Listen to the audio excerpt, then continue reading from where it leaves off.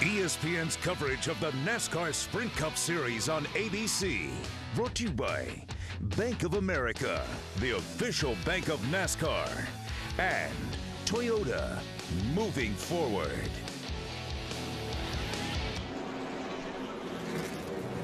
We are at the 400-mile mark tonight here at Lowe's Motor Speedway, and Greg Biffle has reassumed the lead after a little shuffle of pit strategy that finds Jeff Gordon going from second place at the caution flag to seventh place now.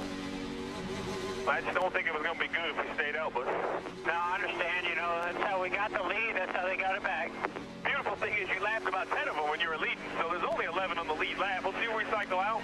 68 to go. The other thing is we're sitting on 4 tires, so if you get another 10-lap yellow or something, that gives us quite a few more options. Did you make any adjustments? Yes, I freed it up just a little for the traffic.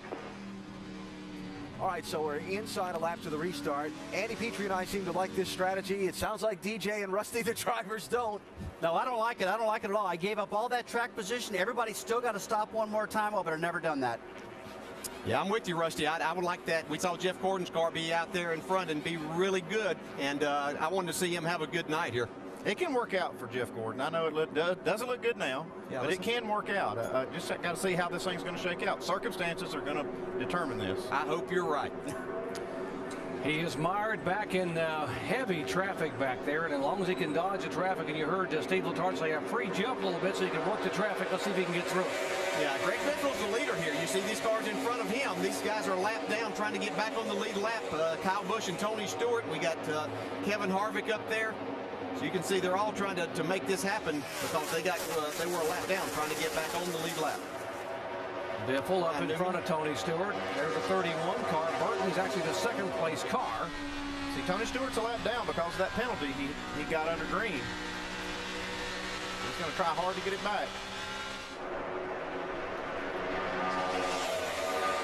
He can race hard here. He doesn't have to race to the point of having to pass the leader. He is the car, first car one lap down right at this point in time. But if Greg Biffle goes up there and starts passing these other guys, then he's got to get himself in a position.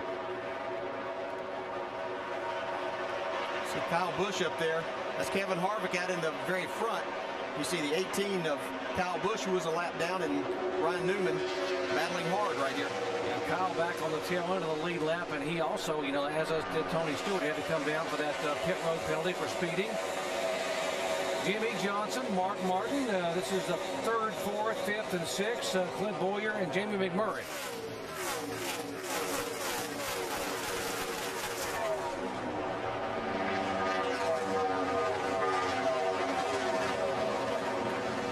Johnson once again finding himself in a position to possibly win another race here at Lowe's Motor Speedway.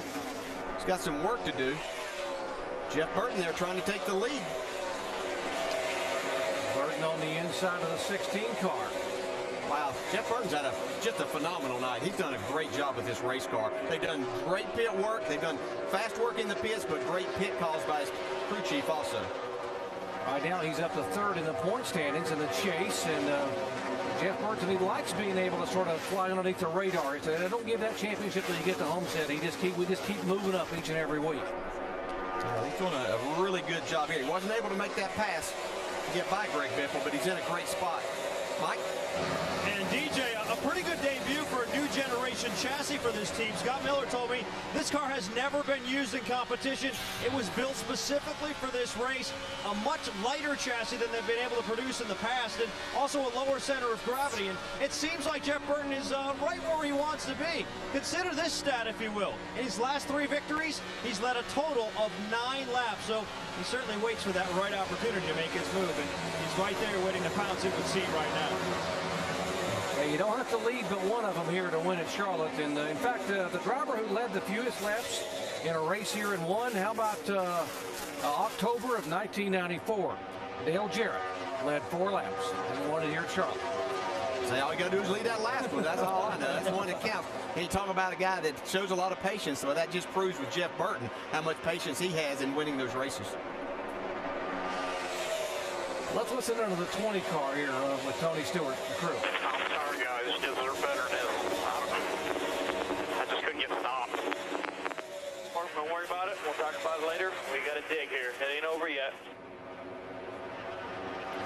hard to fault the driver when he tries hard. He was trying to gain some time getting on pit road, and he just overdid it slightly. Yeah, and you can do that, but you got a fast race car like that, man. It makes it tough in those situations. And we've seen Tony do this a couple of times. I believe, if I remember correctly, back at Kansas, he had a similar situation, too, where he got caught speeding on pit road and created a lot of their problems. The 11 car behind him, of course, Denny Hamlin. Yeah, Denny's got some damage from his car. Dave? And DJ, we haven't talked about that since that damage happened back on lap 233. He hit the wall. Thought that the steering was off at first, but now reasons that it's just an aero-tight situation, especially in traffic. Wow, Biffle looked like he almost got the wall.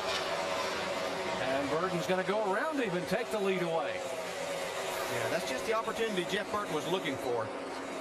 Been watching him all night. His car really gets good as they get some laps on the tires. Biffle's not giving up yet. This is exactly the opportunity that Burton was looking for to get out front and see what his car can do in the lead. He's seen all these other guys get out front and take off. These leaders are not enjoying that clean air we talked about earlier because the lap cars started in front of them, and they're still trying to work by some of these lap cars and race for the lead at the same time. Jeff Gordon, remember, he came on the pit road, made that pit stop, and Rusty, he's still trying to work his way back through traffic.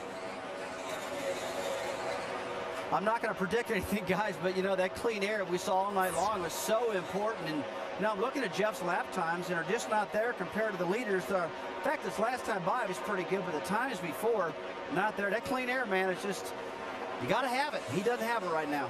But, Rusty, one thing that the other cars, the leaders don't have it either. So this is actually playing in Jeff Gordon's hands. He's able to make up a couple spots here. He's already up to 6th spot. He's running down Jamie McMurray for that next one. Yeah, he could actually see the leaders from where he's at, so he's not in a bad spot right now.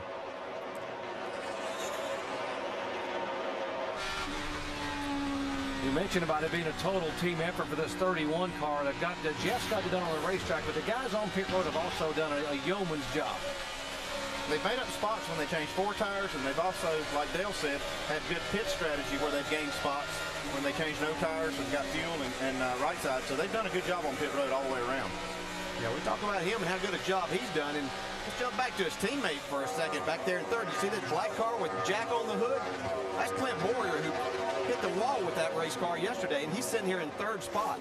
I don't know that if we'd have talked to him yesterday afternoon, he would have predicted this. 31 car is our leader, Jeff Burton. 15 years he's been trying to win a championship, and he's trying to win a race tonight, which will be the next step into winning a championship and becoming this year's last man standing.